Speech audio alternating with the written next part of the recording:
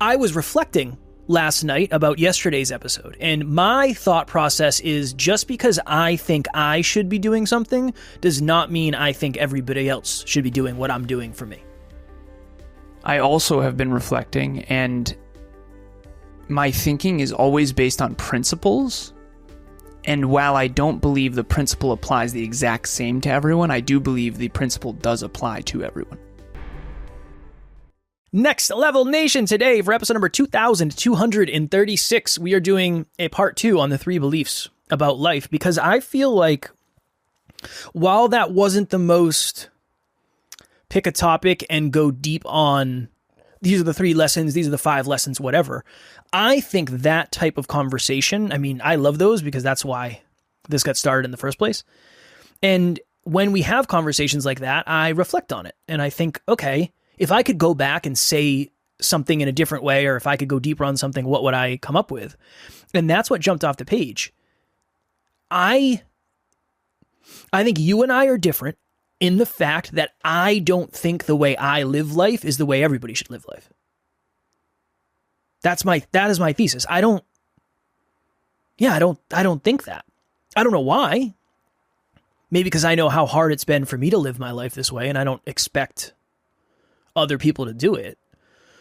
The same reason, like, I remember we had a conversation about money, and on the episode I said, look, I don't believe everybody is supposed to be a millionaire. Why I don't not? think, because there are some people out there that just aren't ready to handle the pressure of whatever it takes to get there. So their day-to-day life would be miserable. Do you believe everyone should progress that way, that direction? I think it would be beneficial. Mm-hmm. Yeah. But I think we're getting to because I don't believe everyone should be the exact same, but the principle applies to everybody. Everyone would benefit from the attitude of the more I invest into life, the more I get out of life. Everyone. How do you know? You can't say it's a principle. It is a principle. Yeah, but that can't be the answer. Okay. What's the difference between a principle and a law? The exact same. Well, a law and a principle is something that always applies. There's no disconcerting evidence. Okay. So gravity is a law.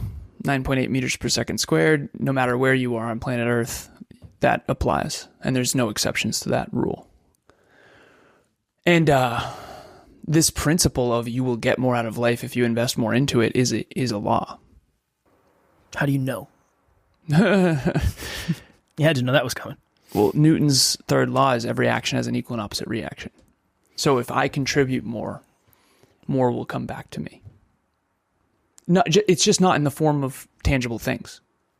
Okay. So for example, when I dedicated my life to the greatest good I could conceptualize and believe in, that is the reason I met Emilia. So when I was 26, I got in a car accident and I faced mortality, and I reevaluated my life, and I realized I wasn't reaching my full potential. And I decided to dedicate my life to the greatest good that I could shoot for. Let me ask you a question. From that moment until I met Emilia, like the 25-year-old version of Alan never could have been with Emilia Smith. For sure.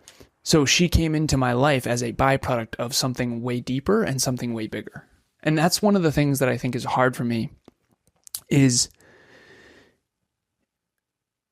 everything that I am, everything that you are, everything we've built is actually a byproduct of something no one else can see. It's a byproduct of something deeper inside of us that we try to articulate but fucking suck at, and something way bigger that no one else can see. Question. Mm-hmm. Do you believe, I think we had this disagreement at one point. I had this disagreement with somebody.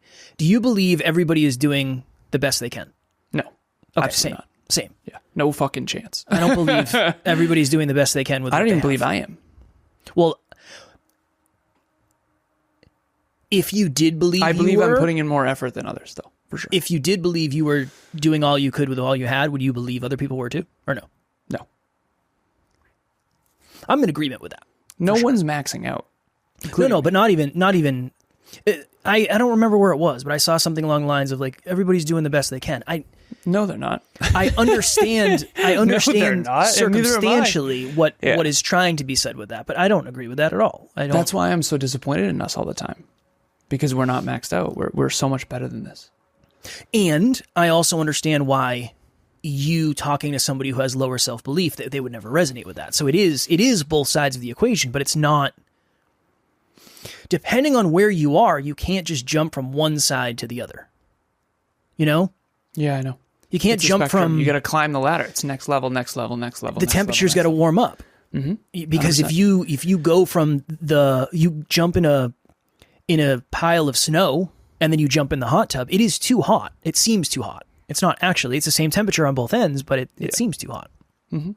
So that's my... This is why you expect more of a 5-year-old than a 2-year-old. You expect more of a 9-year-old than a 5-year-old. You expect more of a 15-year-old than a 9-year-old. Like, at what point do you get your shit together? Like, not you, but the metaphorical you. When I was 26, it was, Alan, you are barely scratching the surface of your true potential. This is not okay. I remember I was at Cognex. I had a colleague. I brought him from college. He was one of my best friends in college. Shout out to you, John. And we were really close in college, and by no means were we maxed out in college. I mean, we had a hell of a social life. And it was me, Greg, and John. We were like really, really close. We were sort of a trio. And we were super different, but also super similar. And I remember I brought them both to Cognex, and I got a big referral bonus for that, which was awesome. But at one point, and we started an inside sales engineering team together. So me and a colleague named Charlie brought Greg and John on, and we were the first 4 of an inside sales engineering team for this global company called Cognex. They sell machine vision equipment. And we were like the guys. The inside sales engineering team talked to the entire global outside sales engineering team, and we were the new hot thing in the company or whatever. And I say that in quotes, but it was. I mean, we were a brand new initiative, and we were killing it, fucking killing it, right? Because when you go into corporate, I used to think going from college to corporate was going to be hard. College was way harder than corporate. You go into corporate after WPI, and it's like, oh, you guys don't even try. Like, this is going to be fucking easy, right? This is crazy. But anyways, so John came to me one time. He's like, come on, man, you're better than that. Because I did something that he didn't agree with. And I remember thinking, like, yeah, you're right. You're absolutely right. You're absolutely right. I am better than that. I love that shit. Step up, baby. What the fuck are we doing here? You're better than that. We have to hold each other accountable to some standard. You can't just imagine a teacher who's like, don't do your homework. Who cares? Like, that's not the teacher that's a great teacher. Some of my favorite teachers. No, that's called Easy Street. And Easy Street gets you to nowhere fast. But I think it's too big of a leap. Well, I think I talk intensely, so it probably seems like too big of a leap. But fair. what I'm really saying is, like, you should be treated with more responsibility in college than high school, and you should be treated with more responsibility in high school than middle school, right? What is the right level of responsibility? The level that forces you to grow. Exactly. Yeah. But not the level that forces you to crash and burn necessarily. Agreed. But that would be good for people. No, I firmly disagree. That's where we got to talk, because the human body and brain is super adaptable. You can climb out of some dark ass places. Sure, yeah, and you can also put yourself in some dark ass. As somebody who has been lying on the floor having panic attacks, thinking he was going to die because I was under so much pressure, that was too much. If you didn't do that, you wouldn't have gotten here. I also wouldn't have anxiety, probably. That's not true. You'd probably have even more anxiety because your life would be a mess. I don't know. I don't know about that. I don't know. I think that's where you and I disagree. Because those anxiety attacks, it was too much in too short a time. I agree. Yeah. And that's also called trauma. Too much uncertainty in too short of a time is traumatic. But now, you got stronger from that. You got better. But there are detriments too, I think. What? Like what? Like, and again, that shit was traumatic. The car accident was traumatic, but it made me better. It made me stronger. It made me look into PTSD. I still struggle. Like, dude, if you put the blankets over my head, I get fucking anxious. To this day, I still deal with shit like that. We would put you on a exposure therapy plan where we would slowly expose you to more and more blankets. Do you have those weighted blankets, by the way? Have you ever used a weighted blanket? They are the fucking best. It's not my jam. You introduced me to weighted blankets. Yeah, it's not my jam. Not my jam. No. I love it. It's like a. It's hard to get out of bed at 6 o'clock in the morning without waking your wife up with a 15-pound blanket. You know what I mean? No, it's a recipe these things for across the house. You can knock someone out with these things. But okay, and here's the truth. It's both. You're right. Too much, too soon, too intense, and too little. And too little. It's called hormesis. I think the principle is you have to find the appropriate amount. Agreed. Per person. Here's the difference in a belief. We both agree we should find the appropriate amount. You think people are in the appropriate amount. I think no chance. Like no, I don't think they are. It's just way less than you think it is. Okay. And for certain. And how do you know? Certain. How do you know that I'm not saying it? Because I know. This is great. Listen because you don't know what it's like to be a regular person. You don't know. You have no fucking clue. With love, obviously. You have no fucking clue. When's the last time you woke up in the morning and you were like, I don't think I can do this? That happens. Actually. Not, today's going to be a heavy day. Fuck that.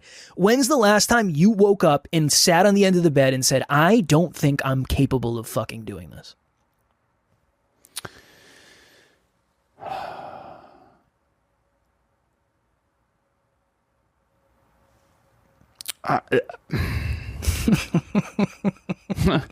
Okay.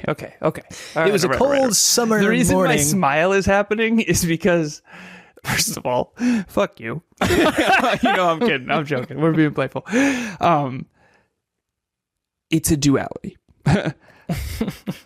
I woke up in a hotel room after getting in at 4 a.m. on that road trip, and I had a call with a multimillionaire within fucking 20 minutes. And I was like, not hungover because I didn't drink. I meant like, I felt like I got hit by a goddamn truck. Metaphorically, playfully. I was like, there's no way. There's no way I can do it. I can't do it well. So I asked to move the fucking call. And we did. We moved it. And then we crushed it. It's all good. So it's hard because I feel like on one end, yeah. You're okay. On one end, yeah, I don't struggle a ton with anxiety, but at one point I was claustrophobic and I couldn't get back in a fucking car after my car accident. And, I think it's a duality. On one end, yeah, I definitely am different. And I think that's fair, which I've had to admit in my 30s.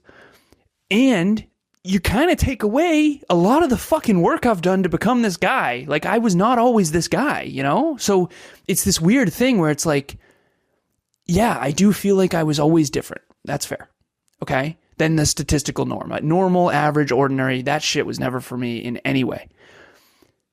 And I do feel like my effort and the things I'm doing behind the scenes are so much more than other people know. And that is what allows me to be who I am. It's the compound effect of 0.1% improvements over the last 36 years that I think have allowed me to be in a position where I can, Fair. But I'm not trying to take any of that. I'm not trying to take any of that. I don't want to take any. It's like for me, when I see somebody squat, it's never like, why aren't they better at squatting? Ever. I'm just good at it. But they could be better at squatting. Sure, but I don't. Mine isn't they should be. Mine is they could be. For sure. And if they knew that, they would be. And in this metaphor, there's no one that I meet that I don't think to myself, like, you're really not maxed out. Is there anyone you know who's maxed out? No. Okay, I think that's it. Where they would benefit from. It's like we have Amy Lania, shout out to you on the team. She studies hormones. There's no woman she meets where she doesn't have that moment of, oh, you could optimize your hormones so much better.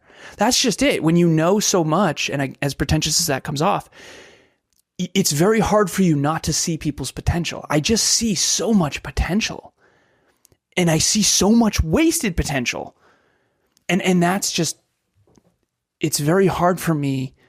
I just went through someone's career yesterday, and we broke down from when she was 0 to 10, 10 to 20, 20 to 30, 30 to 40, 40 to 50, 50 to 60, 60 to 70. And we went through each decade of the themes and exactly what she's going to do. Write your book here. Boom. Okay. This is family. Okay. This is, and she afterwards was like, holy shit, this is unbelievable. And there was this small part of me that was like, and I locked it up. I told her about it after, and I know you're listening, but there was a small part of me that was like, had you not thought of this? Like, this was always possible for you, you know? And by the way, I've been coaching you for 7 years. We could have done this 6 years ago. She's like, Ellen, when would I have learned this? And it's like, honestly, if you had thought about your career at all, this would have kind of unfolded better. Now, do I blame society? Do I blame her? Do I blame me for being a shitty coach? Do I blame you for not teaching her because you're a friend of this person? Like, who is responsible? And at the end of the day, it's like nothing I shared was breakthrough revolutionary stuff. It was like, okay, you write your first book. For you, it wasn't. That's the difference. If everybody knew what you knew, you'd be out of a fucking job. Same. Same. I have shared revolutionary stuff with podcasters that to me is just normal. It's basic shit that they could learn if they actually studied. I don't know if they know what to study. I started a book today, and I was like 15 minutes in, and I was like, I don't think this is good. I don't think this is a good book. This. I don't even remember the name of it. I was in my car, and I hit it. Good, huh? Yeah, it was that good. So it was like 111 fallacies or something. Oh, yeah. Second I started it, it's like, this book is read by AI. I was like, you lazy fuck. I'm done. Dude, turn it off. Can't have it. Yeah, can't have it. Yeah. Can't have it. What time do you have to be off right now? 2 minutes, 12 seconds. 2 minutes, 12 I do seconds. appreciate these Discords. I think same. Important. And I'm not trying to lessen the value of the coaching. It's hard for me to understand. Alan, I don't think you understand. This is going to make you so uncomfortable. Prepare yourself. I don't think you understand how fucking great you are. I just don't think you get it. I just don't think. I watched. Isn't that part of why I'm great, though? Because if I walked around every day thinking I was so great, like, but I'll go on an interview and they're like, I did one recently, and they were like, yo, you're fucking next level, and they're like, what's Alan like? And I was like, he's a fucking robot. Like, you think I'm next level? It's not close. It's not even close. I watched the clip you posted of you and Lauren Johnson, the interview. Mm-hmm. And I was fucking jealous. I had a moment of jealousy. I was like, God, it's fucking so natural to you. Like, you're so comfortable in that. I was red as hell. I felt like but it was brutal. It was so good. It was so good. Thank you. I just don't think. Did you see how red I was in my neck? Not really. I was challenging her because I was like, I don't want to be a dick, but like, come on, Lauren. You know? Even that, I was like, fuck, good for you. Like, good for you for having the courage to do it. Uh-huh. One, you don't want the praise because you're so used to not getting it because people don't give it to you. That's part one. Part two, you don't really give yourself the praise because you know there's more to give. Well, I think if I woke up every morning thinking I was awesome, I think it's, I know. Yeah. Like, but most people wake up because I don't wake up like I'm so smart. You know, the people who think they're smart usually aren't that smart. But the most people wake up on the other side, sitting on the end of the bed saying, well, fuck, what am I going to do today? Or whatever. Well, they act like they don't. I know. Right? And especially around me, and I understand why that is too, and I appreciate it. But and I know we got to jump here in a second, but I appreciate it. I really do. Thank you. And I think I'm working on that, which is, yeah, I mean, some of the stuff we do has never been done. Some of the stuff we teach in group coaching, that last night was good. That was good stuff. For sure. But again, it's all values contextual, right? If you don't want to improve your life, it's useless. It's just going to be pain useless. in the ass. Pain in the ass. And I think that's something I'm learning too, is people who are out there watching or listening right now, like, if you want to be successful, I'm telling you right now, I know exactly how to do it. I'm not joking. Like, I know exactly how to get you to success. I messaged someone earlier and I said, watch these 2 episodes. To start, definitely study those 2 episodes and send me a synopsis of you and blank Snowball. It's her husband. And I said, I'll teach you and blank how to become wealthy and your children. I said, it's easy once you understand it and execute consistently, just like your blank. I can't give away who it is, but you know who it is if you're listening. But it's not that difficult when you have a system. And I don't want to lessen it because, like, when I say, like, I know people that are wildly mediocre that are multimillionaires. And I'm not, when I say mediocre, I don't mean they're great at a couple things and they're consistent at investing. Mm-hmm. And that's it. Like, that's it. Like, I really wish that we could create a school, and maybe one day we'll do this, but like, nobody knows how to become wealthy. It's actually a very simple formula that you execute against over time. And there's 58 million millionaires. I mean, it's doable. It's just doable. The difference between people who are doing it and people who could do it is a massive gap. For sure. And like I talked about one of my clients, her brother is mentally challenged. He is wonderful. This is not anything negative about him. He has lower potential than she does. But that doesn't mean he can't get better. Mm-hmm. And if he really wanted to, he could learn how to build wealth too. And do, you know, there was a guy at Panera who was mentally challenged, who was great at his job. And I talked about that on the podcast years ago. I was so pumped. I was like, that's awesome. Like, this dude is maximizing his potential more than my friends. Mm. And to me, it's all about that. I just don't, all I see is what's possible for people. And I think that you're right. Part of that is me seeing something they're not seeing. Yeah. And it's my job to get them to see it, which is what I've done with you, which is why I'm trying to get you to do it for other people. Because you're going to get people to see it more than I can, because they're going to assume that I'm fucking, I know. don't get them, or I'm arrogant, or insert whatever. So to me, it's more important for you to get it than for me to get it, because you can speak to people who don't naturally maybe see 10, 20, 30 years out. I think it's hard because you see what's possible, I see what's probable. Now, blanket statement, like, do I always know? But I've been pretty good at But what's probable changes based on leadership. I know, but this wasn't probable for you, but it was possible for you. But there was a chasm where I believed enough in what you were saying to say, yeah, I'm in. That there's like a chasm that we have to cross. But that's because of my leadership. You're taking away how much that took for me to get you on board. Fair. But in the beginning, you were jacked and you had a hot girlfriend. And I was like, and you just literally, no, dude, I'm telling you, and you left your corporate job making almost $200,000 a year. I knew you knew something. I just didn't know what it was. And I looked up to you for sure. All of that. All of that. So I'm still jacked and have a hot girlfriend. yes. But now I know you, so it's not as... And you and I have been through the fucking mud together, so it's not. It's different now, right? It's different. Yes. Yeah. Emilia's very beautiful, and you're jacked. Yes, but it's like, what are you trying to say, man? No. You know what I mean. No, I do know what you mean. Yeah, you got to have the results that people want for them to listen to you. And I really, you know what's ironic is I don't really care about the results people want. I know. You know, it's like in an investment account, you don't get to see that. So, yeah. And we'll talk more about that. But for the takeaway for this episode.